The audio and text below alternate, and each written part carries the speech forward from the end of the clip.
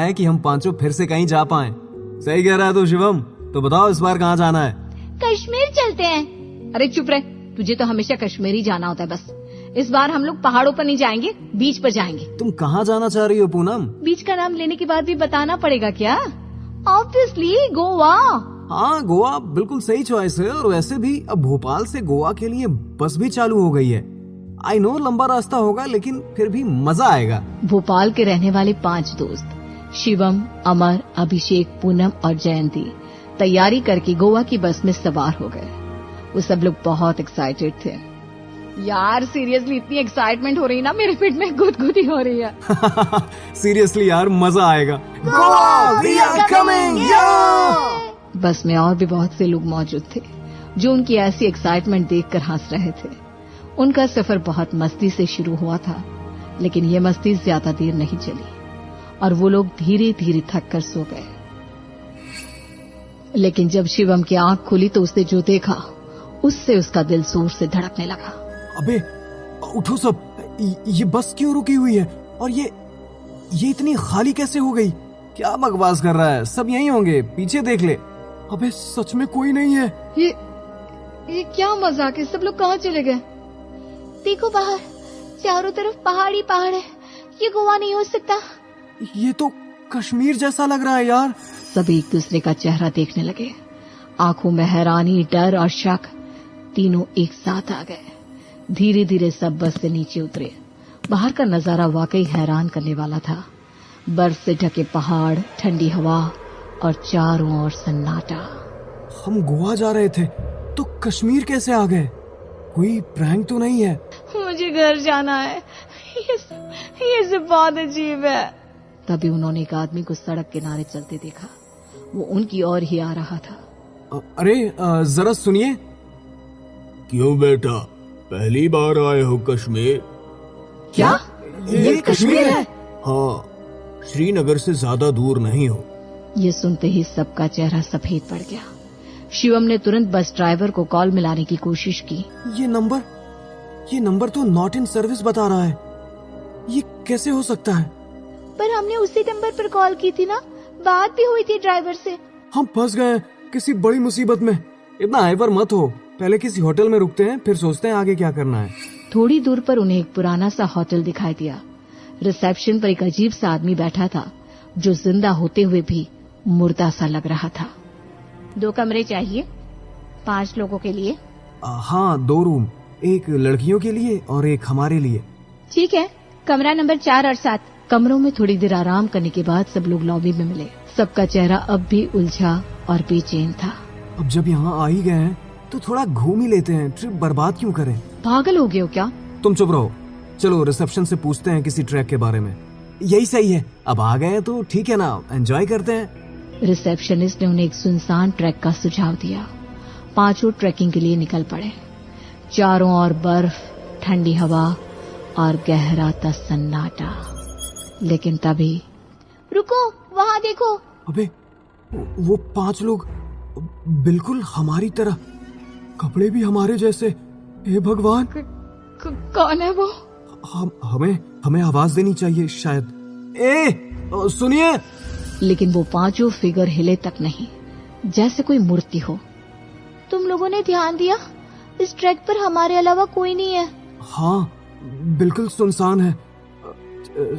चलो चलो उन लोगों के पास चलते हैं। जैसे ही वो 5 उस तरफ बढ़े और करीब पहुंचे, वो 5 परछाइयां अचानक हवा में खुल गई, बिना कोई आवाज किए गायब। मैंने कहा था, मैं यहाँ नहीं आना चाहिए था। चलो वापस, अभी के अभी। डर के मारे उनके पैर कांप रहे थे। 5 भागते, गिरते, पड़ते नीचे पहुंचे। जैसे ही वो 5 लड़खड़ाते कदमों से होटल पहुंचे। अरे यार, आज का ट्रैकिंग एक्सपीरियंस तो हॉरर मूवी से कम नहीं था। सच में, और वो हमारे जैसे 5 लोग, आज तक वैसा कुछ नहीं देखा। अब बस पकड़नी है, मैं और नहीं रुक सकती यहाँ। वो सब रिसेप्शन पर पहुंचे और होटल के रिसेप्शनिस्ट से बस के बारे में पूछने लगे। भाई साहब, भोपाल जाने वाली बस कितने बजे आती है यहाँ से? भोपाल? वो क्या होता है? क्या मतलब क्या होता है? भोपाल एमपी में है, हमारा शहर है। अरे भाई, हो सकता है इन्हें भोपाल के बारे में ना पता हो। चलो दिल्ली के बारे में पूछते हैं। दिल्ली तो जानते होगे ना आप? नहीं, मुझे किसी और जगह के बारे में नहीं पता। मैं सिर्फ यहाँ को जानता हूँ, सिर्फ कश्मीर। पांचों एक दूसरे की ओर देखने लगे। पांचों इरिटेट हो रहे थे। वहीं रिसेप्शनिस्ट के जवाब ने उन्हें हिलाकर रख दिया। ये आदमी पागल हो गया है क्या? दिल्ली और भोपाल नहीं सुना? चलो बाहर चलते हैं, किसी और से पूछते हैं। वो सब बाहर निकले और वहां के लोगों से पूछना शुरू किया, लेकिन हर कोई अजीब नजरों से देखता और कहता, दिल्ली नहीं सुना, भोपाल कौन सी जगह है ये सब पागल हो गए हैं या हम लोग? ये चल क्या रहा है? तभी एक बूढ़ा आदमी उनसे टकरा गया। बाबा, एक मिनट, क्या आपने भोपाल या दिल्ली का नाम सुना है? नहीं बेटा, नहीं सुना। क्यों, क्या हुआ? शिवम ने उस बूढ़े आदमी को पूरी बात बताई, जिसे सुनकर वो बोला, लगता है तुम सबके साथ कुछ बुरा हुआ है, पर मैं कोशिश करूंगा मदद करने की। तभी अचानक शिवम को झटका लगने लगा। उसकी आंखें पलट गई, शरीर कांपने लगा। हम इसे नहीं बचा सकते, कोई नहीं बचेगा, सब खत्म है, सब खत्म, बहुत मुश्किल है। जल्दी कुछ करो। क्या हो रहा है इसे? अमर जल्दी कुछ करो। वो सब दौड़ते हुए पास के अस्पताल पहुंचे। तब तक शिवम अचानक ठीक हो गया। डॉक्टर ने शिवम की पल्स चेक की और बोला, ये तो जिंदा ही नहीं है, न धड़कन है न पल्स, लेकिन ये तो बैठा है, आंखें खुली हैं। नहीं, ऐसा नहीं हो सकता, ये यही है हमारे सामने। मुझे तो लगता है कुछ बहुत ही गलत हो रहा है, हमें किसी तांत्रिक के पास जाना चाहिए। वो सब अस्पताल से निकलने ही वाले थे कि अमर रुका और बोला, रुको, हमें भी अपनी पल्स और हार्ट बीट चेक करवा लेनी चाहिए। चारों ने जांच करवाई और सब सन्न रह गए। किसी की भी पल्स नहीं थी। सब जिंदा दिख रहे थे, लेकिन मेडिकल साइंस कह रही थी कि वो जिंदा नहीं है। अब तो डर और बढ़ गया। वो फौरन एक तांत्रिक के पास पहुंचे और उसे सब कुछ बताया। बाबा, कुछ अजीब हो रहा है हमारे साथ, आप ही बताइए, ये क्या है? तुम इस दुनिया के नहीं हो। क्या मतलब, आप कहना क्या चाह रहे हैं? हम दूसरे यूनिवर्स के हैं?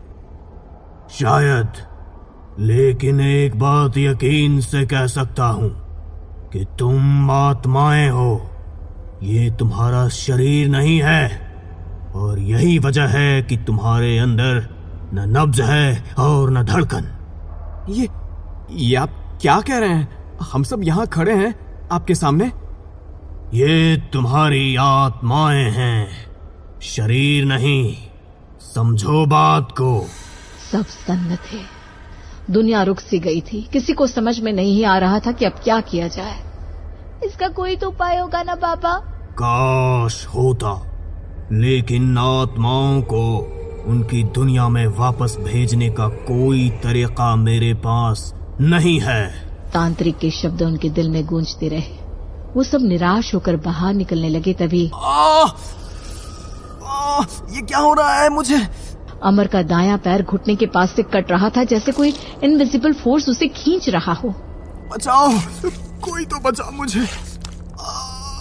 नहीं नहीं, ये सब क्या हो रहा है? पूनम एक और गिर गई और अचानक उसके चेहरे का आधा हिस्सा टेढ़ा पड़ गया। पूनम को स्ट्रोक आया है, उसकी बाईं साइड काम नहीं कर रही है। अब और नहीं, हमें यहाँ से निकलना होगा, चाहे जो हो जाए। शिवम और अभिषेक ने किसी तरह अमर और पूनम को घसीटकर उसी बस में चढ़ाया। शिवम ने बस स्टार्ट की और चल पड़ा। मेरा पैर, कोई तो कुछ करो। पूनम बोलने की कोशिश कर रही थी, लेकिन शब्द जैसे अटक रहे थे। शिवम, कुछ हो रहा है मुझे। उसे इस हालत में देखकर जयंती और अभिषेक का भी हाल बिगड़ गया। शिवम, बस भगाओ, यहाँ से निकालो हमें। कुछ बहुत गलत हो रहा है, ये जगह सही नहीं है। शिवम ने बस की स्पीड और तेज कर दी। तभी अभिषेक बोला, रुको, ये रास्ता, ये तो वही है, हम जहाँ से चले थे वहीं लौट कर आ गए हैं। क्या मतलब? हम लोग गोल गोल घूम रहे हैं? हाँ, सर्कल में फंस गए हैं हम। शिवम ने स्टीयरिंग को कसकर पकड़ा और चिल्लाया, तो जो भी है, हमें निकलने दे यहाँ से। हमने तेरा क्या बिगाड़ा है? गुस्से में उसने स्टीयरिंग गलत दिशा में घुमा दिया। सामने एक गहरी खाई थी। नहीं, शिवम! अगले ही पल हर तरफ सन्नाटा और अंधेरा, फिर धीरे धीरे उजाला होने लगा। चारों ओर सफेद दीवारें थी। हम वहां से बाहर आ गए। शांत रहिए, आप लोग अभी होश में आए हैं। 2 दिन से कोमा में थे। एक्सीडेंट में बहुत चोट आई थी। ओह, तो क्या हम अभी भी कश्मीर में हैं? कश्मीर? नहीं, आप लोग तो भोपाल से गोवा जा रहे थे। आपकी बस का रात में एक्सीडेंट हुआ था। Are you serious? Yes, obviously. आपकी बस के और पैसेंजर्स भी यहीं एडमिट हैं, वो देखिए। लेकिन कोमा में बस आप लोग थे। पांचों ने पहले बाकी पैसेंजर्स को देखा और फिर एक दूसरे को देखने लगे। उन्हें समझ में आ चुका था कि जो उन्होंने जिया वो जिंदगी और मौत के बीच की जगह थी।